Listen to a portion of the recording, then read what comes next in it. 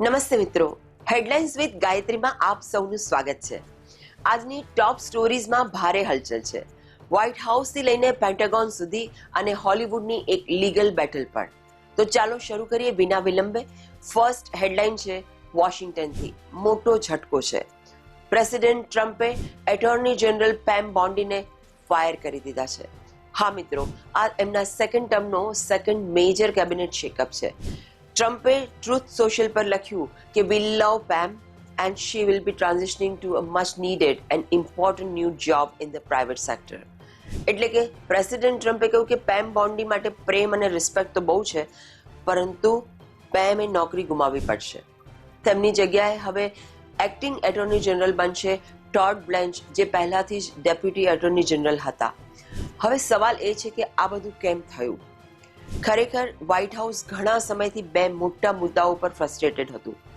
એક, Jeffrey Epstein ફાઇલ્સને handle કરવાની રીત, અને બીજું, પોલિટિકલ ઓપોનન્ટ્સ વિરુદ્ધ પ્રોસિક્યુશનમાં ઢીલ. એક વ્હાઇટ હાઉસ ઓફિશિયલે જણાવ્યું કે ટ્રમ્પ લાંબા સમયથી બોન્ડીની એક્ઝિટની વાત કરી રહ્યા હતા અને ગઈકાલે બપોર સુધીમાં આ ફાઇનલ થઈ ગયું.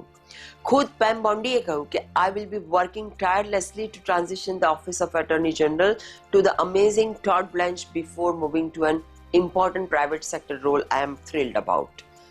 એટલે કે તેઓ પોતે પણ આ મૂવથી ખુશ છે.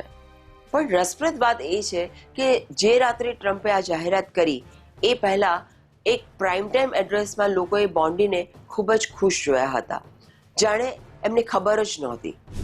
સેકન્ડ હેડલાઇન છે પેન્ટેગોનમાં પણ ભૂકંપ આવી ગયો. યુએસ આર્મીના ટોપ ઓફિસર જનરલ રેન્ડી જ્યોર્જે સ્ટેપ ડાઉન કર્યું અને તેમને રિટાયરમેન્ટ તરફ ધકેલી દેવામાં આવ્યા, એ પણ ઇમિડિયેટ ઇફેક્ટથી. તેમને ડિફેન્સ સેક્રેટરી પેટ હેગ્સેટે સ્ટેપ અસાઇડ કરવા માટે કહ્યું.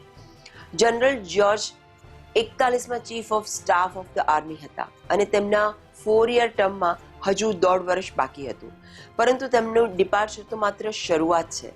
પેન્ટેગોનમાં હજુ પણ શેકઅપ થઈ રહ્યો છે અને બીજા 2 આર્મી જનરલ્સને હટાવવામાં આવ્યા છે, જેમાં ટ્રેનિંગ અને ચેપ્લિન્સી રોલ્સ જોનાર સિનિયર લીડર્સ સામેલ છે. આ નિર્ણય ઉપર લો મેકર્સે ક્રિટિસિઝમ શરૂ કરી દીધી છે. કોંગ્રેસમેન ઈ જીન વિન્ડમેને કહ્યું કે it is disappointing to see a leader of his calibre pushed aside because the president wants yes man. તેમણે આગળ કહ્યું કે જો પેન્ટેગન લીડરશિપ પર કોઈ સવાલ હોય તો તે સેક્રેટરી હેગ્સેટ પર હોવો જોઈએ, તે લોકો ઉપર નહીં કે જેમણે આખી જિંદગી ઓનર સાથે નેશનની સેવા કરી છે. તો મિત્રો, ટ્રમ્પ વહીવટી તંત્રમાં કેબિનેટથી લઈને પેન્ટેગોન સુધી દરેક જગ્યાએ નોકરીઓ જઈ રહી છે.